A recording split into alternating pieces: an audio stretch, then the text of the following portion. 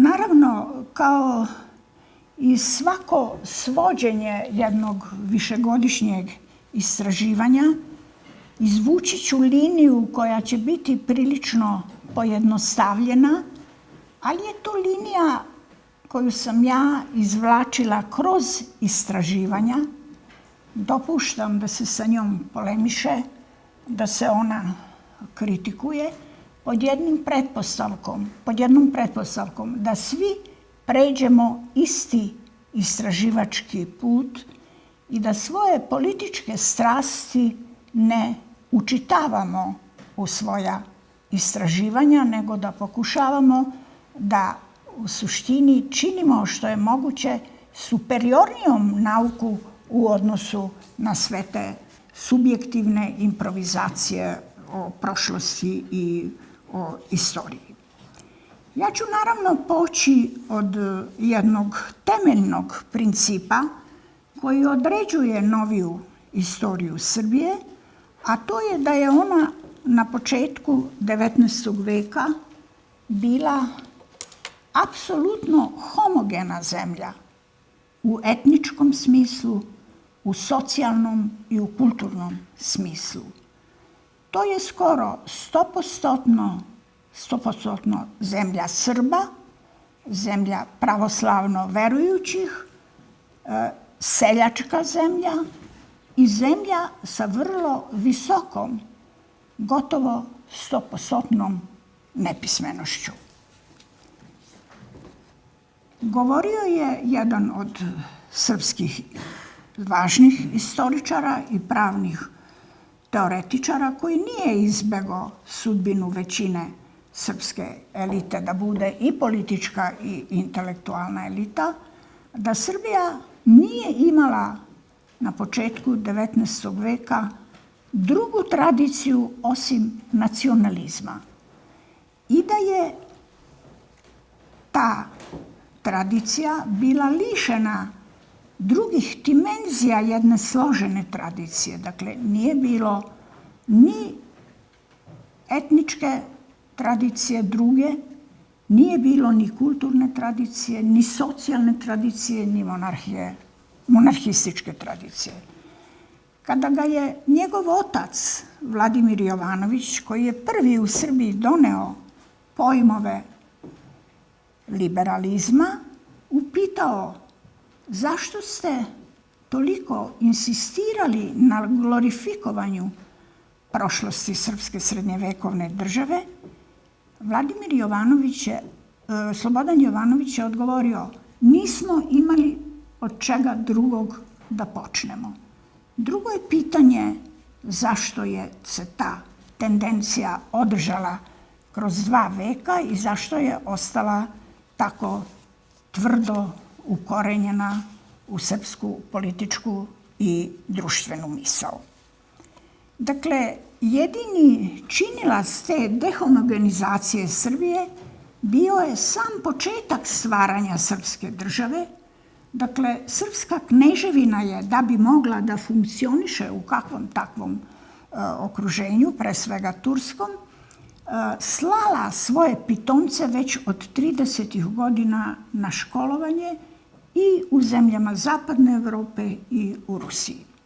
Dakle, to su prvi nukleosi inteligencije u srpskom društvu. Drugi izvor bili su austro-ugarski Srbi, koji su Srbiji donosili zakone, pojmove, knjige, bili osnivači institucija, ali oni su za većinu srpskog naroda, pa i srpske inteligencije, iako malobrojne, bili zapravo oni drugi koji su uz svu tu blagodarnost zemlji bili uvek stranci, progonjeni u svim krizama, Mađaroni. Dakle, to je nešto što određuje odnos intelektualne i političke elite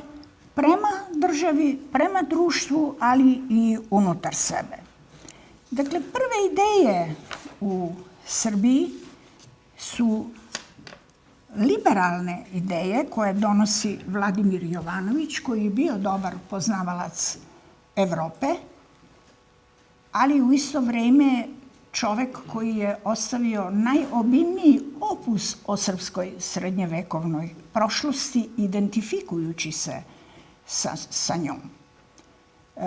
Druga jedna ideja koja je došla vrlo brzo u Srbiju, već 60. godina 19. veka i koja je formirala trajnu paradigmu, po mome mišljenju, srpske intelektualne i političke elite, a na taj način srpske države pa i srpskog naroda, bili su socijalisti koji su se pretežno školovali u Rusiji. Dakle, te dve ideje su se susrele u prvoj srpskoj opštoj organizaciji, Ujedinjenoj omladini srpskoj, da bi se brzo i zauvek razišle i podelile u suštini u neprijateljske tabore. Dakle, do te prve podele došlo je već u samoj Ujedinjenoj omladini srpskoj, a povod je bio prvi nacionalni ustav od 1868. godine, koji su podržali liberali, a kritikovali socijalisti. Ta se linija razdvajanja u suštini između Evrope sa osloncem na njene tekovine nauke i tehnike, ali uz rezervu prema njenim vrednostima, održala i kasnije. Rodonačelnik ove druge ideje je bio Svetozar Marković, koji je prihvatio revolucionarne ideje ruske 60. godina 19. veka i koji je posle Rusije u Evropi takođe najtešnje veze održavao sa brojnom ruskom emigracijom i na neki način smestio sebe unutar podela između marksista i anarhista u prvoj internacionali. Šta bi bila ta paradigma koja se održala u Srbiji, a ja ću pokušati da vam kažem i na koji način se održala, to je bila ideja neponavljanja zapadnoevropskog puta. To jest razvoj bez kapitalizma i bez liberalizma, svakako protiv građanskog društva, da bi se izbjegla proletarizacija naroda kao celine. To je ono što je značilo da se težište evropske revolucije, koja se sa prvom industrijskom i političkom revolucijom 1948. završila Evropi, premešta u slovenski svet na njegove seljačke narode, kakvi su slovenski narodi u svojoj većini tada bili. Znači, oslonac na tu homogenu Srbiju, na njen narod, izvođenje iz tog njenog položaja koncepta narodne države, koncepta narodne partije i koncepta Balkanske federacije, uz svako odbacivanje građanskog društva. Ja smatram, na osnovu svojih istraživanja, koja sam završila u knjizi koju je Petar pomenuo, da se ta paradigma održala u Srbiji i to objašnjava trajnu vrednost i prisustvo samog Svetozara Markovića u političkoj i društvenoj istoriji Srbije. Uz Vuka Karadžića, on je ličnost o kojoj je najviše pisano u Srbiji, to je najobimnija bibliografija. Nema srpskog pripadnika inteligencije koji se nije osvrtao na njega, koji nije prihvatao tu ideju razvoja srpskog društva bez kapitalizma, bez liberalizma, bez građanskog društva u odnosu na patrijarhalne ustanove. Ja na opštinu, zadrugu, dakle sledeći tu rusku ideju. I kao što u srpskoj istoriji 19. veka nema apsolutno niti jednog ruskog pravca koji na neki način nije bio prisutan i uticajan, od Černiševskog do Nečajeva, tako nema ni srpskog intelektualca u Srbiji koji se nije oslanjao na Svetozara Markovića. U srpskoj historiografiji je primećeno da je ta njegova ideja oslonca na patrijarhalno društvo, a naročito suprotstavljanje tom evropskom putu i izbegavanje njegovog ponavljanja, obezbedilo susret na idejama Svetozara Markovića i progresivne i konzervativne javnosti u Srbiji i da je to ono što je održalo njegov značaj. On i danas stoji u bronzi pred mojom univerzitetskom bibliotekom, dakle kao jedna od tih konstanti koje se nisu menjale i na koje su se oslanjali pokreti kasnije. Druga vrlo važna istorijska situacija koja je unela još dublje podele u tu malobrojnu srpsku inteligenciju bilo je priznavanje nezavisnosti 1878. godine. Nije se podelio narod oko rešenja Berlinskog kongresa, nego ta malobrojna inteligencija i ta podela u Srbiji tada bila je analogna podeli ruske inteligencije na zapadnjake i slovenofile. Dakle, opet susret na socijalizmu, čija će osnova biti opština kao zajednica svojine i rada i na svaki način izbegavanje toga socijalnog diferenciranja srpskog naroda da bi se izbegao njegov proletarski položaj prema zapadnoevropskim razvijenim narodima, ali i u isto vreme da bi on, kako su govorili prvi srpski socijalisti, menjao se, ali koreno ostajao svoj. Dakle, prihvatao forme, ali nikako ne zadirući u taj socijalni supstrat seljačkog egalitarnog naroda. I Pašić je, kad je već došao u tu fazu, govorio: prihvatimo evropske forme, oni to vole, ali ne odričimo se svoje suštine, to jest osvete Kosova, dovršenja, oslobođenja i ujedinjenja. Dakle, ta podela koja se desila tada u Srbiji posle sticanja nezavisnosti, desila se na pitanju kako razvijati malu nezavisnu državu. Ova struja koja je bila liberalna, koja se u Srbiji zvala naprednjacima, je bila za koncentraciju na razvoj nezavisne države u dubinu.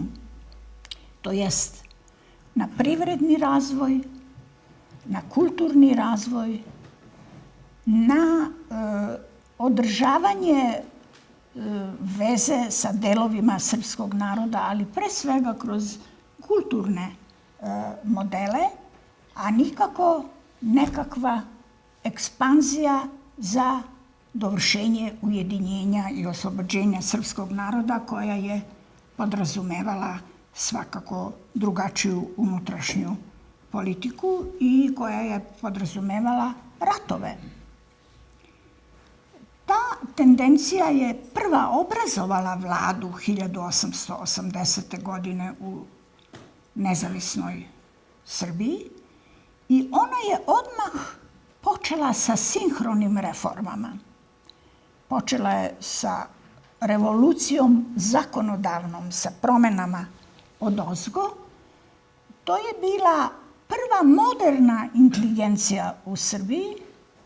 To su bili ljudi koji su imali i misao i strategiju, ali su naišli na jednu drugu tendenciju koja je bila mnogo dublje ukorenjena i tako su sa mukom, samo zato što su bili međunarodna obaveza, prošli zakoni o železnici, iako je Srbija u to vreme zajedno sa Crnom Gorom bila jedina država koja nije imala železničku prugu.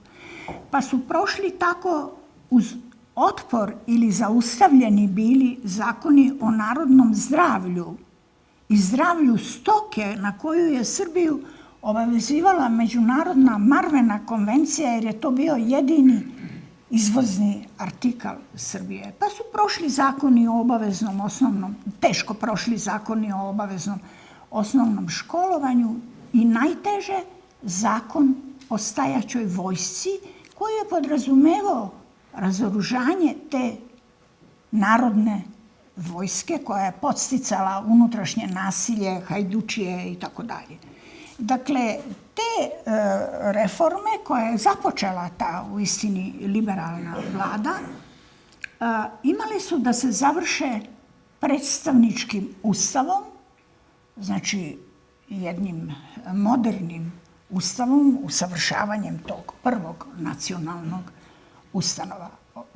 One su bile zaustavljene Timočkom bunom 1883. godine, posle koje ništa više nije bilo isto. Započinje jedna duga istorija ove druge tendencije, ove tendencije koju su začeli i ukorenili socijalisti, koja je u suštini već bila formirana u godinama od 866. do 878. godine. To je praktično bila radikalna partija koja je imala jako dugo neformalno postojanje i koja je iskoristila taj zakon o političkim strankama koji je donet u Srbiji 881. godine da vrlo brzo sama organizuje stranku. To je bila radikalna stranka, apsolutno organizovana po uzoru na ruske partije, tako da su ruski naprednjaci govorili ono što nam nije pošlo za rukom u Rusiji, pošlo nam je za rukom u Srbiji. Dakle, to je jedan širok seljački pokret sa čvrstom organizacijom unutra, od vrha do dna, od glavnih odbora do opštinskih odbora, koja je bila glavni motor te stranke u borbi, naravno, protiv apsolutizma kneza Mihajla, ali i u borbi za očuvanje te patrijarhalne civilizacije u Srbiji. Vreme posle Timočke bune, posle 883. proteklo je u borbama radikala, već kao oformljene partije iz emigracije. I ta borba se uglavnom vodila protiv zapadnoevropske organizacije kneza, ubrzo kralja Milana, i na kraju je završila trijumfom radikalne stranke.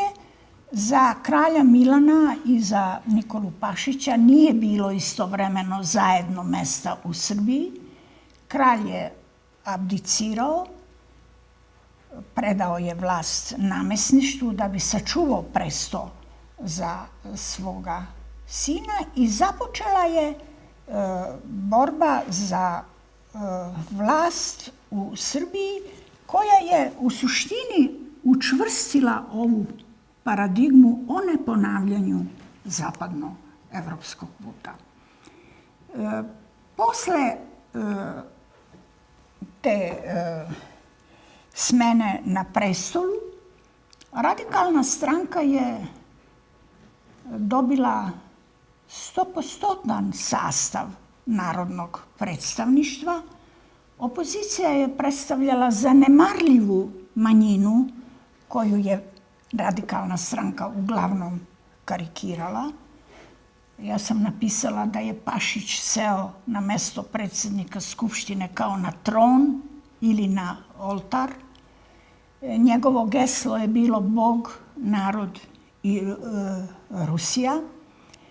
Preko te paradigme je u suštini Srbija postala partijska država prvi put u svojoj istoriji, jer radikali su imali apsolutnu većinu ne samo u parlamentu iz koga je proizilazila njihova homogena vlada, nego i u svim ostalim državnim institucijama.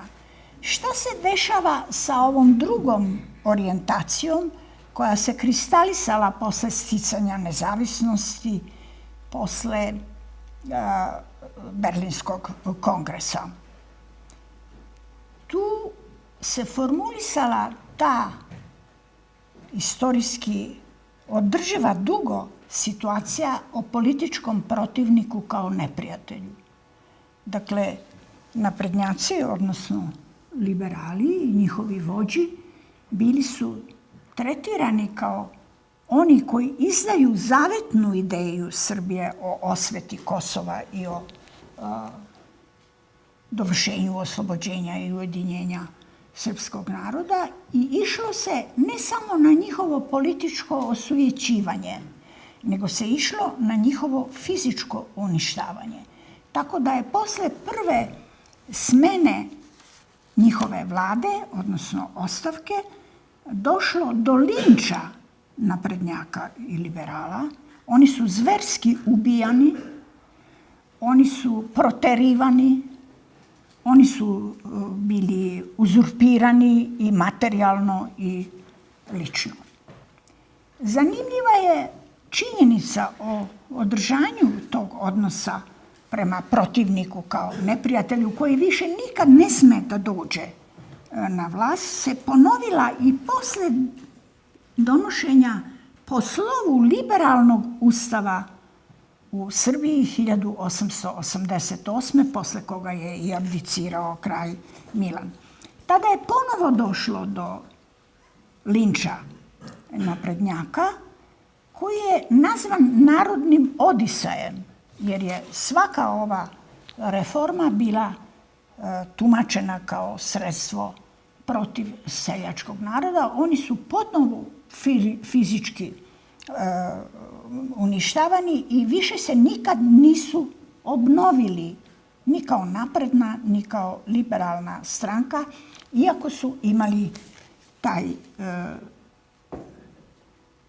jedan pa drugi pa treći pokušaj. Dakle, radikalna stranka je bila stranka hegemon i to je bila stranka koja je nadživjela sebe.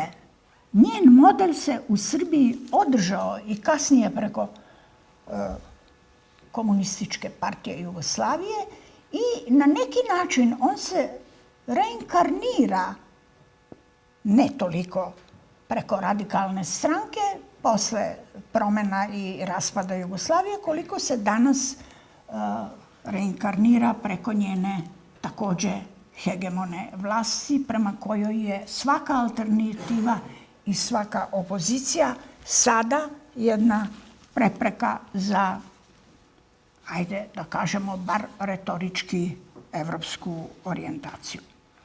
Dakle, ta paradigma o prihvatanju tekovina nauke i tehnike, o neponavljanju zapadnoevropskog puta, o političkom protivniku kao neprijatelju su koordinate u kojima se razvijala srpska politička i intelektualna elita. Moram da kažem da iz ovog socijalnog jedinstva, iz jedne socijalne strukture seljačkog srpskog naroda je proizilazila i ta orijentacija na dovršenje, oslobođenje ratova. Dakle, srpska elita i politička i intelektualna je učestvovala u tome. Ona je akter svega toga. I vrlo malo se razlikovala od naroda. To je bio i njen cilj. Ne razlikovati se ili bar propagirati to odsustvo razlika. Kada je jedan od odličnih ruskih poznavalaca Srbije 19. veka, Pavel Apolonović Rovinski, putovao po Srbiji 868. godine, on je odmah u ruskim glasilima pisao: u Srbiji sam video nešto što nigde nisam sreo, iako je bio veliki putnik, a to je da se inteligencija ne razlikuje od naroda. To će možda biti dobro u budućnosti, ali sada to je veliki hendikep za Srbiju i velika smetnja da ona u prosvećenim ljudima koji su joj toliko potrebni dobije svoje predvodnike. Naravno da je ta elita učestvovala u dinastičkom prevratu, da je ta elita delila vrednosti jednog društva koje se militarizovalo, u kome je tako bio snažan nacionalizam, koje je pripremilo balkanske ratove, koje je ne prouzrokovalo, ali ne možemo, kako to danas čine ljudi koji kritikuju tobožnji revizionizam istorije Prvog svetskog rata, reći da je Srbija bila bez odgovornosti za Prvi svetski rat. Dakle, to je ta orijentacija, to su te koordinate u kome se srpska elita i politička i intelektualna razvijala. Vrlo kratko ću reći da je ta elita učestvovala u stvaranju Kraljevine Jugoslavije i da je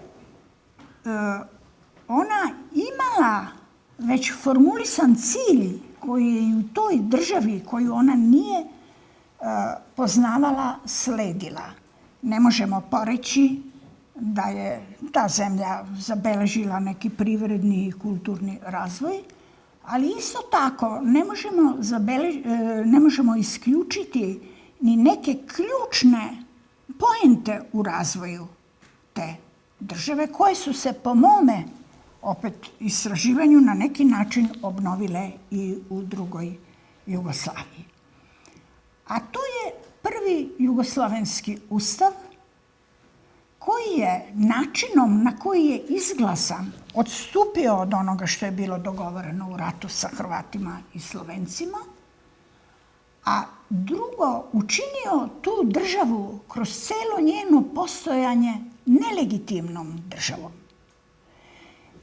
Mislim da su tada Slovenci, koji su čak pristajali na monarhijski oblik države, insistirali na demokratskom rešenju ustavnog pitanja, rekavši nešto što se potvrdilo kao potpuno istorijski tačno, kao jedna sjajna anticipacija.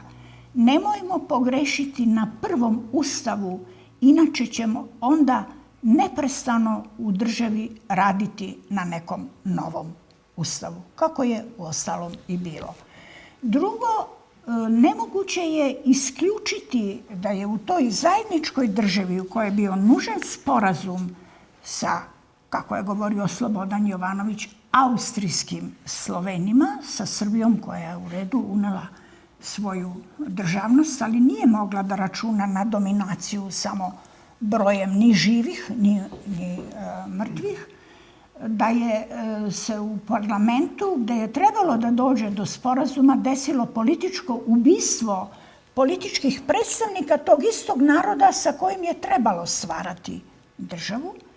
I na kraju nemoguće je, u čemu svemu participira i politička i intelektualna elita u toj svojoj nedeljivosti, i ne možemo na kraju isključiti činjenicu da su pojačani separatizmi koji su bitno uticali na ishod kratke i dramatične istorije Kraljevine bili reakcija na jednu vrlo tvrdu diktaturu koja se obezbeđivala srpskom monarhijom, a onda ustavnim rešenjem položaja kralja koji je apsolutno bio apsolutistički.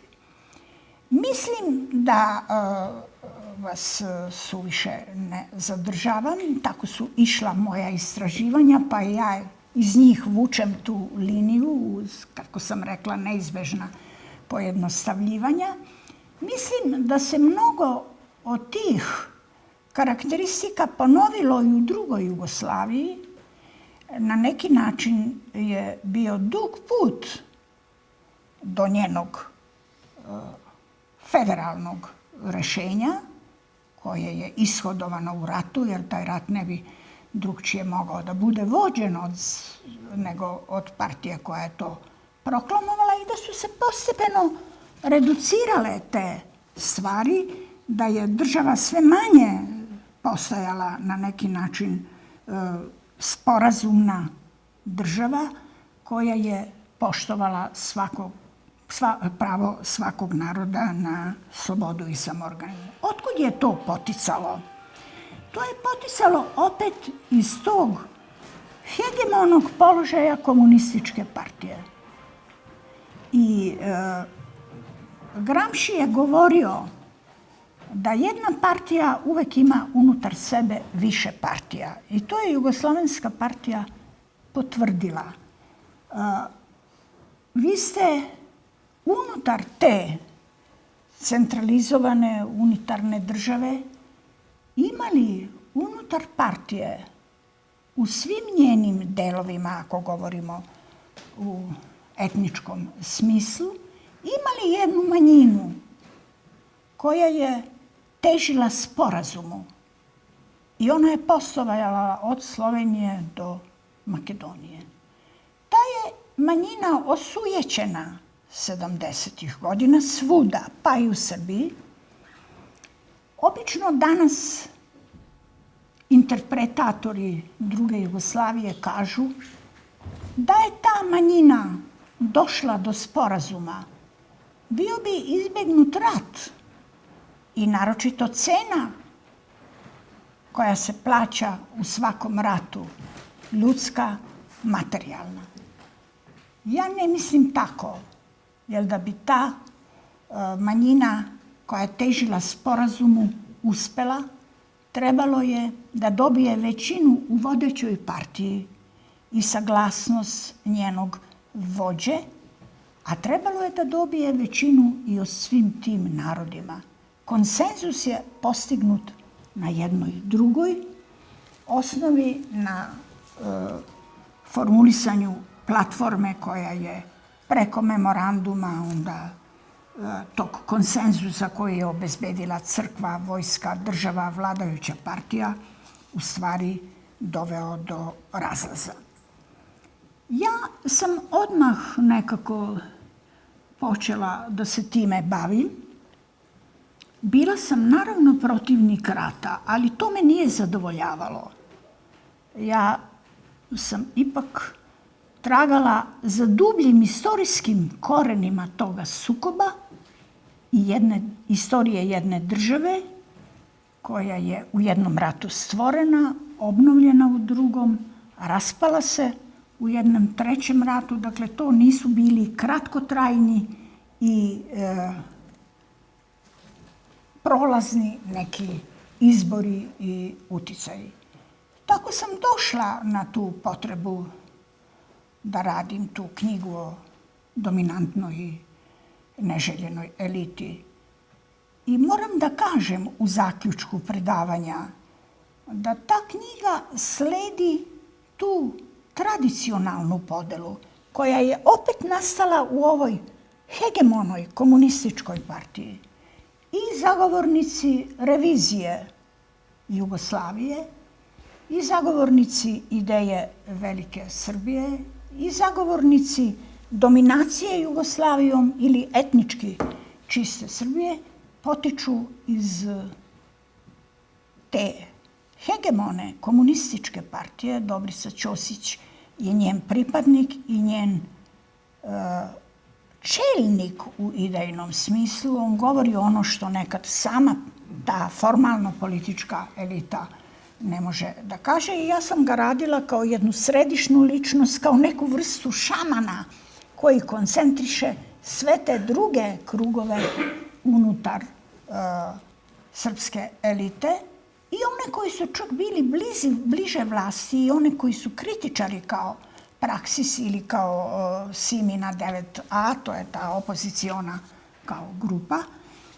Tako da sam sledila znači tu liniju sa ljudima koji su gledali dalje i koji su imali i lični i kulturni i politički identitet i koji su zapravo bili pojedinci. Svi su oni također potekli iz te stranke, koji su shvatili da se istorija njome ne završava i da istorijsko rješenje nije povratak u prošlost, nego zapravo evolucija iz te prošlosti.